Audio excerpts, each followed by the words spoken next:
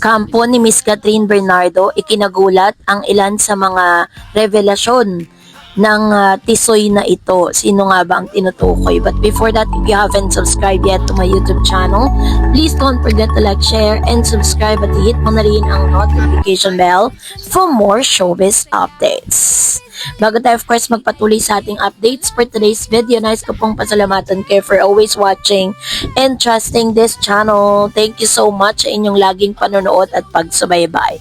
At ngayong araw, pag-usapan po natin ito dahil kahapon ni-launch ang pinakabagong serye na pagtatambalan ni Miss Catherine Bernardo at James Reid, bagong tambalan na binigyang pansin sa Netflix Philippines 2026. Noong Feb 9 to 10, 2026, official na inilahad ng Netflix sa Philippines ang 2026 slate ng mga bagong palabas at pelikula, at isa sa pinakamatinding binigyan ng tampok ay ang unang pagsasama ni Catherine Bernardo at James Reid sa isang serye na balak ipalabas ngayong taon. Ito ay isang malaking balita hindi lamang para sa Katniel, daang kilig tandem ni Catherine at Daniel Padilla, kundi para sa buong industriya ng showbiz dahil matagal nang inaabangan ng pagkakataon na magkatrabaho sa malaking proyekto ang dalawang aktor na may iba't ibang love team background. Ang serye ay pinamagatang Someone Someday, isang drama romance na pinagbibidahan ni Catherine Bernardo at James Reid at kasama rin ang veteranang aktres na si Miss Maha Salvador. Ito ay dinirect ni Chad Vidanes at Balil Dulu, dalawang respetadong direktor sa telebisyon na kilala sa malalaking teleserye sa bansa. Mula sa maikling paglalahad ng konsepto, ipinakita na ang kwento ay umiikot sa isang babaeng CEO na ginagampanan ni Catherine na isang dating at isang lalaking tila may sariling agenda na bunga ng mga sugat sa nakaraan ay hindi lang simpleng love story kundi pati na rin pagkakaibigan, pamilya at pagpapatatag sa sarili bago ang anumang romantikong aspeto.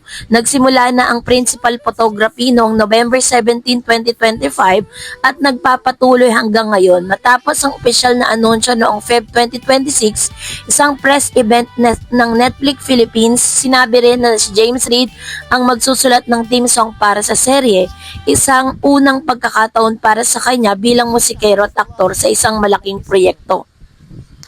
Bakit nga ba parang big deal to, no? Una nilang collaboration itong pagkakataon na magkakatrabaho sina Catherine at James sa isang serye. Pareho silang may malaking fan base at dating kilalang love team sa Star Showbiz. Pag-asa ng fan sa bagong kimika, bagamat hindi tinatawag na traditional love team, marami ang excited sa chemistry na batay sa early teaser at promos. Dahil makabago ang mga tema at storytelling, hindi puro kilig lamang ang focus, may mas malalim na tema ng pagkakaibigan, personal growth at family drama. Para sa mga manonood, sa isang patunay na ang local na industriya ay patuloy na umuunlad at handa siyang makipagsabayan. So, sa global streaming platform tulad ng Netflix, isang malaking oportunidad para sa mga artista at sa Philippine entertainment brand bilang isang creative exporter. At sa isang balita naman kung saan si Miss Catherine Bernardo ay meron pong iba't ibang aspeto ng kanyang karir. At meron din pong isang balita na talagang nagpakilig sa marami dahil isang kahawig ni Alden Richards na si Tan Perez super bet si Catherine. Si Tan Perez ay isang bagong artista na ngayon ay unti-unting napapansin dahil sa kanyang mga anunsyo sa pagiging vivacious sa media.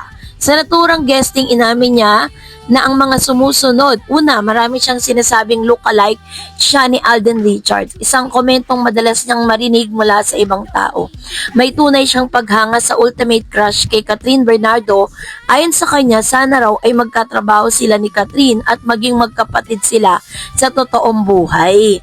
Namit niya si Catherine minsan dahil sa catering businesses niya sa TV shoots at events at nakasalamuha rin niya ang kapamilya ni Catherine na umano'y sobrang bait daw. Humahalakhak pa siya sa pagkakataong nagkasabay sina Alden Richards sa elevator. Sila ni Alden Richards sa elevator at nahiya siyang batiin ito dahil sa pagiging humble ng aktor. Ang mga ganitong chika ay umani ng iba't ibang reaksyon mula sa mga netizen. Kahit mas nangunguna sa mga light-hearted na bahagi ng showbiz ay madalas mag-trend sa social media dahil sa kakaibang spin at kilig factor ng fans sa mga pwede pang iba lingnalo connection at dynamic sa pagitan ng mga artista. Ang pagkakabanggit na ang kahawig ni Alden Richards at crush si Catherine ay natural na pagbibigay ng vast lalo na't sabay pa rin pinag-uusapan ang karir ni Catherine sa kanyang bagong proyekto. Ang mga pangyayaring ito mula sa bagong tambalan ni Catherine at James hanggang sa pagtukoy sa mga bagong artista tulad ni Tan Perez ay may malakas na epekto sa showbiz landscape. Narito ang ilang mga puntos. Ang paglalagay ng bagong serye ni Catherine at James sa lineup ng Netflix Philippines 2026 slate ay nagpapakita na ang lokal ng production ay seryosong tinatanggap bilang bahagi ng global entertainment ecosystem lalo na't may malaking fan anticipation. Ang mga light-hearted showbiz chika gaya ng pagpapayag ni Tan Perez tungkol sa kanyang paghanga kay Catherine ay nagpapakita ng dalawang bagay. Una, ikawalang tago ng fans sa kanilang suporta at interpretasyon sa mga artista at ang interest ng publiko sa personal at profesional na aspeto ng buhay ng mga artista ay nananatiling mataas at dynamics. So sa kabuuan ng ebolusyon ni Catherine Bernardo ngayong 2026 ay mas mataas at mas malawak ang dating mula sa mga primerang partnership niya kay James Reid para sa bagong serye na Someone Someday na bahagi ng Netflix Philippines slate hanggang sa mga bagong mukha ng showbiz na nagchichika tungkol sa kanya at sa ibang artista. Ang balitang ito hindi lamang chismis, ito ay patunay na ang industriya ng Philippine entertainment ay patuloy na umaangat at nag-i-innovate habang ang audience ay patuloy ring sa kanilang engagement, pagmamahal at expectation sa kanilang mga paboritong bituin. Subalit, kahit po napakagaganda ng reaksyon ng mga netizen, ay hindi pa rin maiiwasan ng mga Katden fans na hanapin ang kanilang kinagiliwan. Sinabi nga ni Manay Christopher Min sa kanya pong balita, sa kanyang latest updates patungkol kay Catherine, Alden at Mr. Daniel Padilla, marami na raw mga Katden fans ang kumakalas. Yun po ay yun po ay statement lang ni Manay Christopher Min, pero sa aking pagkakaunawa, marami pa ring mga Katden fans ang umaasa na one day ay magkakaroon ng another collaboration project si Catherine at si Alden Richards. Dahil unang-una, napakaganda po ng naging resulta ng kanilang tambalan ng pinaka movie nila na talagang naging blockbuster sa takilya. Yan naman inaasahan ng marami na pagbibigyan ng ABS at ng GMA ang another collaboration movie for Catherine and Alden Richards. Pero sa ngayon ay medyo matatagalan pa bago po masundan yung kanilang projects dahil ang dami pong naka-line up dito kay Catherine Bernardo. At meron pa pong mga chika na parang inuudyokan na ang ABS-CBN na magkaroon daw di umano ng comeback movie si Catherine at si Mr. Daniel Padilla. Pero yan po ay nakabase po sa desisyon ni Catherine at ni Daniel kung sila po ipapayag para sa comeback movie. Pero sa ngayon, mag-focus muna tayo sa bagong project ni Miss Catherine Bernardo.